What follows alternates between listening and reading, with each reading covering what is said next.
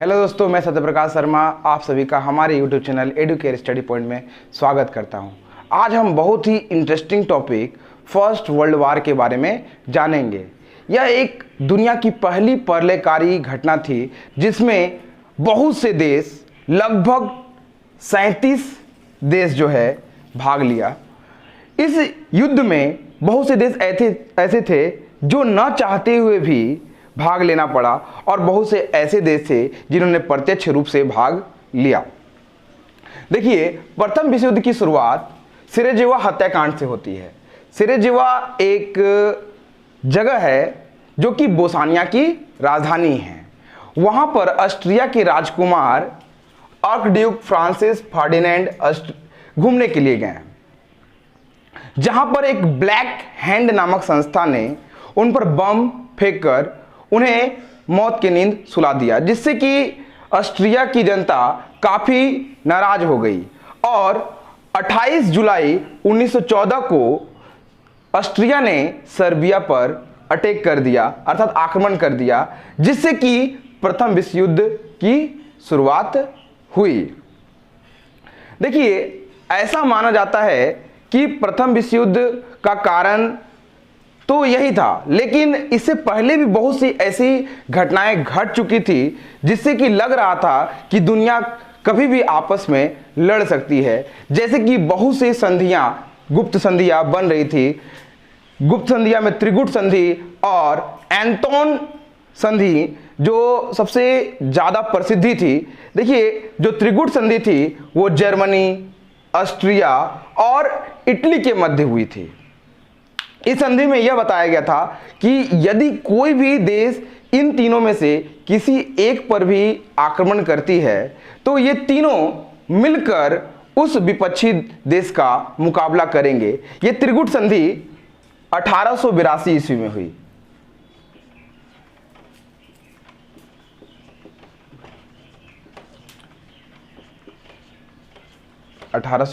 ईस्वी में। देखिए, इस संधि के द्वारा बहुत सी ऐसी घटनाएं घटी जिनमें ये तीनों देश, जर्मनी, ऑस्ट्रिया और इटली, मिलकर एक साथ एकजुट दिखाई पड़े। इसके अलावा फ्रांस, ब्रिटेन और रसिया के मध्य एंटोन की संधि हुई थी, जिसमें ये भी देश एक दूसरे से इस प्रकार से अलाइंड थे जैसे कि इन पर भी कोई अगर अटैक करेगा तो ये तीनों आपस में मिलकर उन सभी देशों का मुकाबला करेंगे एंटोन संधि के द्वारा। एंटोन।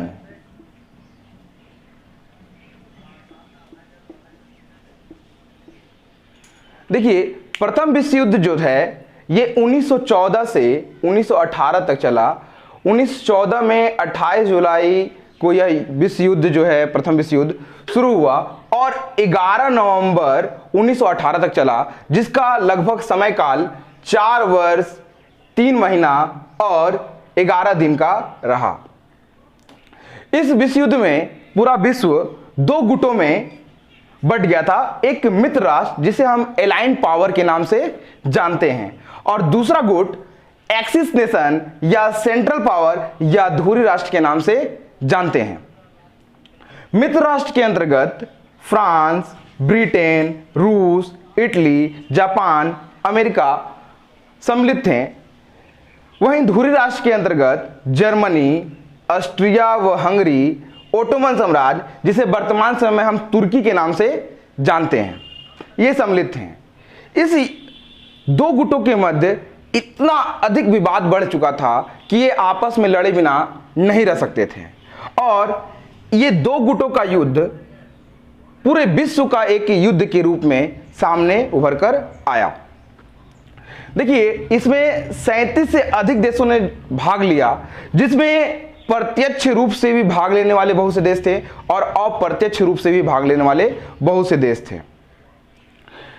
देखिए, समय समय पर इसमें अलग अलग देश सम्मिलित होते चले गए, जिनमें से बहुत से अपने अपने फायदे व नुकसान थे उन देशों के। जब ऑस्ट्रिया ने सर्बिया पर अटैक किया 28 जुलाई 1914 को, उस समय हुआ ये कि सर्बिया ने सर्बिया ने रसिया से मदद मांगा और रसिया इसमें खुलकर सर्बिया के समर्थन करने के लिए मैदान में उतर गया। यह देखकर जर्मनी भी इस युद्ध में शामिल हो गया। जर्मनी इस युद्ध में रसिया के विपक्ष में खड़ा हुआ और रसिया पर 1 अगस्त 1914 को आक्रमण कर दिया। जैसे ही रसिया पर जर्मनी ने अटैक किया, वैसे ही फ्रांस ने भी जर्मनी के खिलाफ अपना मोर्चा खोल दिया, जिसके कारण 3 अगस्त 1914 को जर्मनी ने फ्रांस पर भी द्वितरफा मोर्चा खोल दिया। अब यहां पर देखिए सिचुएशन क्या बन रहा है। सिचुएशन बन रहा है यहां पर कि ऑस्ट्रिया जो है वो सर्बिया पर अटैक कर रहा है और सर्बिया के समर्थन में रसिया है और रसिया के विरुद्ध जर्मनी और जर्मनी के विरुद्ध फ्रांस है। अर्थात जर्मनी दो तरफा युद्ध लड़ रहा है, एक तो रसिया से भी और दूसरा हमारे जर्मनी जो है फ्रांस से भी लड़ रहा था। ऐसे में जर्मनी पर एक संकट आ गया कि वो दो तरफा युद्ध एक साथ कैसे लड़े। लेकिन उस समय यूरोप का शक्ति संतुलन पूरा तरह से बदल चुका था।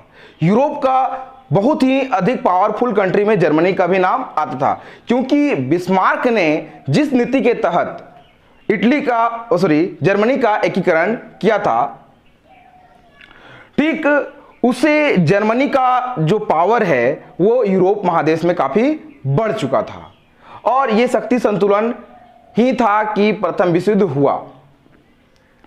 देखिए जैसे कि हम लोग जानते हैं कि जो जर्मनी है वो एक ऐसा देश था जो फ्रांस से बहुत अधिक शत्रुता रखता था। फ्रांस के कुछ अफ्रीकन महादेश में भी कुछ उपनिवेश थे, जैसे कि मोरक्को और अल्जीरिया। इन देशों को जर्मनी ने आजाद कराने का वचन दिया था और इस वचन के कारण भी जर्मनी ने फ्रांस का खुलकर विरोध किया।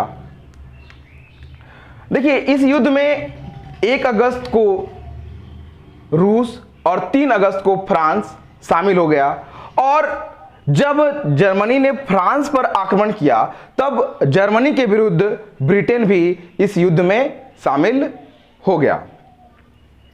अब हम देखते हैं कि क्या कारण था कि इसमें अमेरिका प्रथम विश्व युद्ध में किस कारण से शामिल हुआ।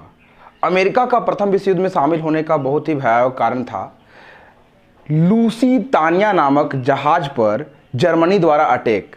जर्मनी 1915 ईस्वी में लूसीतानिया नामक जहाज पर अटैक कर दिया जो कि ब्रिटेन जा रहा था और उसमें कुल 1153 यात्री सवार थे। इसमें से 128 यात्री अमेरिकन थे और उस जहाज पर जब जर्मनी ने अटैक किया तब उसमें के 1153 यात्री मारे गए। देखिए अमेरिका में बहुत अधिक राष्ट्रवाद है और इस घटना के कारण अमेरिका प्रबल विरोधी बन गया जर्मनी का, क्योंकि उसके 128 लोग मारे गए थे और उसे वो अपने दिल पर ले बैठा। और उस समय के अमेरिका के तत्कालीन राष्ट्रपति वुड्रो विल्सन ने इसे अपने देश के लिए अहितकारी समझा और प्रथम विश्व युद्ध में वो भी 6 अप्रैल 1917 को कूद पड़े। अमेरिका जैसे ही इस विश्व युद्ध में शामिल हुआ वैसे ही इस युद्ध में बहुत से निर्णायक परिवर्तन आने शुरू हो गए। लेकिन एक बात यह भी है, जान लीजिए कि जैसे ही अमेरिका इस विश्व युद्ध में शामिल हुआ उस विश्व युद्ध से रसिया बाहर हो गया। रसिया में उस समय लेनिन के नेतृत्व में बोल्शेविक की क्रांति चल रही थी 1917 में।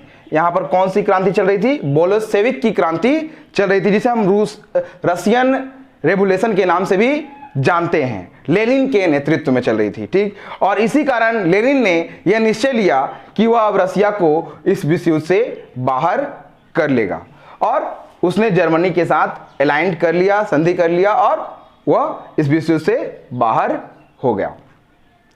देखिए जैसे ही अमेरिका इस विश्व युद्ध में शामिल हुआ, इसमें बहुत से देश की हार होनी शुरू हो गई जो धुरी राष्ट्र की तरफ से थे, जैसे ऑस्ट्रिया, हंगरी और ओटोमन साम्राज्य। ये पूरी तरह से विखंडित होने शुरू हो गए। अब जर्मनी अकेला बचा जिसके पास बहुत से ऐसे कांड हुए हैं जिसका विरोध उसके देश में होना शुरू हो गया। जर्मनी में बहुत सारे विरोध हुए, उसके देश की नीतियां के विरुद्ध वहां के आम जनता जो थे वे सब जर्मनी के सरकार का विरोध करना शुरू हो गए। उसी दौरान बहुत से सैनिक मारे गए और यहाँ पर इकोनॉमिक क्राइसिस भी उत्पन्न हो गई और जर्मनी को मजबूरन आत्मसमर्पण करना पड़ा। और जर्मनी के आत्मसमर्पण करने के साथ ही ये विश्व युद्ध जो है समाप्त हो गया। जानते हैं प्रथम विश्व युद्ध के कारणों को। देखिए, जैसे कि हम जानते हैं कि कोई भी युद्ध बिना किसी कारण के होती नहीं है, वैसे ही प्रथम विश्व युद्ध के पीछे भी अनेक कारण थे, जैसे कि गुप्त संधियां, जिसमें त्रिगुट संधि और एंटोन संधि सबसे प्रमुख थी। ये त्रिगुट संधि क्या है? त्रिगुट संधि 3 देशों के मध्य में हुई एक संधि थी, जिसमें जर्मनी, ऑस्ट्रिया व हंगरी एवं इटली शामिल थे। इस संधि की मुख्य बात यह है कि अगर इस देशों पर कोई भी दूसरा देश अटैक करता है तो ये तीनों देश उसका मिलकर मुकाबला करेंगे। और ये संधियां बिल्कुल गुप्त थी, इसका जरा भी भनक किसी अन्य देश को नहीं था। और इस प्रकार की संधियां बहुत सारी यूरोप महादेश में होनी शुरू हो गई, जिससे कि ये भीतर ही भीतर एक दूसरे का समर्थन करते थे और जब भी कोई एक देश दूसरे देश पर युद्ध या आक्रमण करता था तो ये उन देशों का साथ देते थे। दूसरा कारण साम्राज्यवाद। साम्राज्यवाद एक बहुत ही मानसिक विकार, बहुत ही भयानक मानसिक विकार है। इसके द्वारा प्रत्येक देश अपने सीमा विस्तार को बढ़ाना चाहते हैं या सीमा विस्तार को बढ़ावा देते हैं। इसमें एक देश दूसरे देश पर अटैक कर उसके हिस्से को, उसके जमीन को अपने सीमा में जोड़कर अपने देश का सीमा विस्तार करना चाहता है और इस कारण भी प्रथम विश्व युद्ध हुआ। तीसरा कारण सैन्यवाद था, जिसे हम मिलिट्रियलिज्म भी कहते हैं। सैन्यवाद, प्रत्येक देश अपने देश की आंतरिक सुरक्षा एवं बाहरी सुरक्षा के लिए अपने देश में सेना को बढ़ावा देते हैं। देखिए, इन सेना के द्वारा वे बहुत से युद्ध को भी अंजाम देते हैं और अपने देश की आंतरिक सुरक्षा के लिए भी इसको वे बढ़ावा देते हैं। आज के युग में सैन्यवाद का काफी अधिक महत्व बढ़ गया है और प्रथम विश्व युद्ध में भी ये सैन्यवाद काफी सर चढ़कर बोल रहा था और इस कारण भी जो है प्रथम विश्व युद्ध हुआ। चौथा कारण और सबसे महत्वपूर्ण व मौलिक कारण में से आता है अंतर्राष्ट्रीय संस्था का अभाव। देखिए, अंतर्राष्ट्रीय संस्था का अभाव कहने का तात्पर्य यह है कि उस समय कोई भी ऐसी एक संस्था नहीं थी जो विश्व युद्ध पर या किसी भयानक युद्ध पर नियंत्रण कर सके। देखिए, उस समय ना तो कोई यूएनओ बोल की संस्था थी, ना ही कोई लीग ऑफ नेशन थी और ना ही कोई ऐसी संस्था थी जिस पर किसी दूसरे देश पर किसी प्रकार का नियंत्रण हो। पांचवा कारण जनमत एवं समाचार पत्र। देखिए, आपको मालूम ही है कि जनमत, अपने देश में राष्ट्रवाद जब बढ़ जाता है, जब किसी देश में राष्ट्रवाद बढ़ जाता है तब वहां पर जनता जो है अपने देश के प्रति अपार राष्ट्रीयता दिखाती है, अपार देशभक्ति दिखाती है। लेकिन ये देशभक्ति 2 वे में हो सकती है, पॉजिटिव वे और नेगेटिव वे। यहाँ पर जो जनमत थी वो नेगेटिव वे में चली गई, जिसके कारण विश्व युद्ध की पृष्ठभूमि तैयार होनी शुरू हो गई। समाचार पत्र भी इसमें पीछे नहीं थे, ये भी किसी भी खबर को नमक मिर्च डालकर दिखाना शुरू कर दिया, जिससे कि जनता व सरकार एक दूसरे के प्रति भड़कना शुरू हो गई और बहुत सारे विरोध हुए और युद्ध की पृष्ठभूमि तैयार हो गई।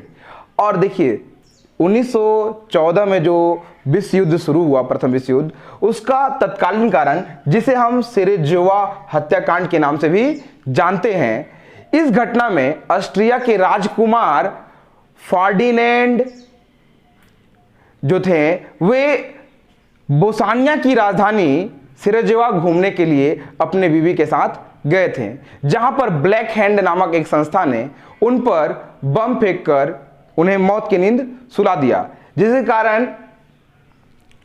कारण ऑस्ट्रिया की जनता सर्बिया के खिलाफ काफी भड़क गई और 28 जुलाई 1914 को ऑस्ट्रिया ने सर्बिया पर आक्रमण कर दिया और यह प्रथम विश्व युद्ध शुरू हो गया। और इसके बाद बहुत से देशों ने भाग लिया, जिसे हमने आगे पढ़ ही लिया है। देखिए, अब प्रथम विश्व युद्ध की समाप्ति के पश्चात पेरिस की शांति संधि हुई, जिसका आयोजन फ्रांस की राजधानी पेरिस में की गई। इसमें 3 प्रमुख देश थे, अमेरिका, ब्रिटेन व फ्रांस। अमेरिका के राष्ट्रपति वुड्रो विल्सन इस पेरिस शांति सम्मेलन के सबसे प्रमुख और सबसे प्रसिद्ध चेहरे थे। उसके बाद ब्रिटेन के प्रधानमंत्री लॉर्ड जॉर्ज भी इसमें बहुत ही महत्वपूर्ण स्थान रखते थे और फ्रांस के प्रधानमंत्री जॉर्ज क्लेमेंसो भी इसमें बहुत ही एक निर्णायक भूमिका निभाया। देखिए, इस पेरिस शांति सम्मेलन में बहुत से देशों को आमंत्रित किया, जिसमें 27 देश शामिल हुए, 27 देशों ने भाग लिया और कुछ ऐसे भी मुख्य देश थे जिसे इस शांति सम्मेलन में आमंत्रित ही नहीं किया गया, जबकि उन्हें आमंत्रित करना अत्यंत आवश्यक था, क्योंकि इस प्रथम विश्व युद्ध जैसे महाप्रलयकारी युद्ध में उन देशों ने काफी महत्वपूर्ण भूमिका निभाई थी। ये जो विश्व में इतना बड़ा नरसंहार हुआ, उसमें रूस, जर्मनी, इटली, ऑस्ट्रिया, इनने बहुत ही भयंकर भूमिका अदा की। लेकिन इन देशों को इस शांति सम्मेलन में न बुलाकर इन देशों का तो अपमान किया ही गया, साथ साथ कह सकते हैं कि ये शांति सम्मेलन जो था उसका उद्देश्य भी इन देशों को नहीं बुलाने के कारण पूरा नहीं हो सका। ये पेरिस का शांति सम्मेलन का मुख्य देन जो है वो है लीग ऑफ नेशन, जिसकी स्थापना 1920 ईस्वी में हुई। लीग ऑफ नेशन की स्थापना का मुख्य उद्देश्य था विश्व को विभिन्न और भयंकर युद्धों से बचाना, आपस में सहयोग करना और एक दूसरे के आंतरिक मामलों में हस्तक्षेप नहीं करना, मित्रतापूर्वक व्यवहार करना एक दूसरे देशों के साथ, और साथ ही साथ कोई भी मुद्दा हो, चाहे वो कितना ही भयंकर मुद्दा क्यों ना हो, उसे बैठकर सहदार्य पूर्व उसका समस्या का समाधान निकालना इस लीग ऑफ नेशन का मुख्य उद्देश्य था। देखिए, पेरिस शांति सम्मेलन में ही देखिए सबसे प्रमुख चेहरे थे वुड्रो विल्सन, जो कि अमेरिका के तत्कालीन राष्ट्रपति थे। उन्होंने बताया 14 सूत्रों का सिद्धांत, जिसमें उन्होंने बताया कि किस प्रकार दुनिया में शांति कायम की जा सकती है। देखिए, अगर हम बात कहें तो ये प्रथम विश्व युद्ध केवल एक देश की देन नहीं थी, लेकिन प्रथम विश्व युद्ध के अंत में एक संधि हुई जिसका नाम था वर्साय की संधि।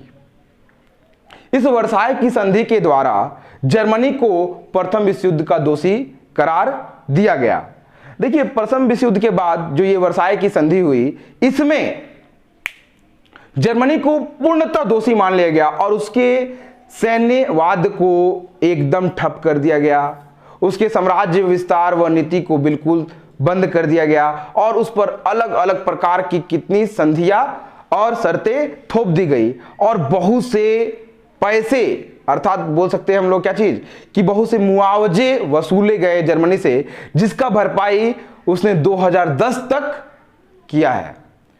ठीक है, आज का हमारा यह वीडियो जो है प्रथम विश्व युद्ध पर आधारित थी और उसके संपूर्ण एक्सप्लेनेशन जो आज मैंने आप सभी को दिया है, ये आप लोग कमेंट में जरूर बताइए कि आप लोगों को कैसा लगा, और आप लोग कृपया मेरे चैनल को जरूर लाइक और सब्सक्राइब करें।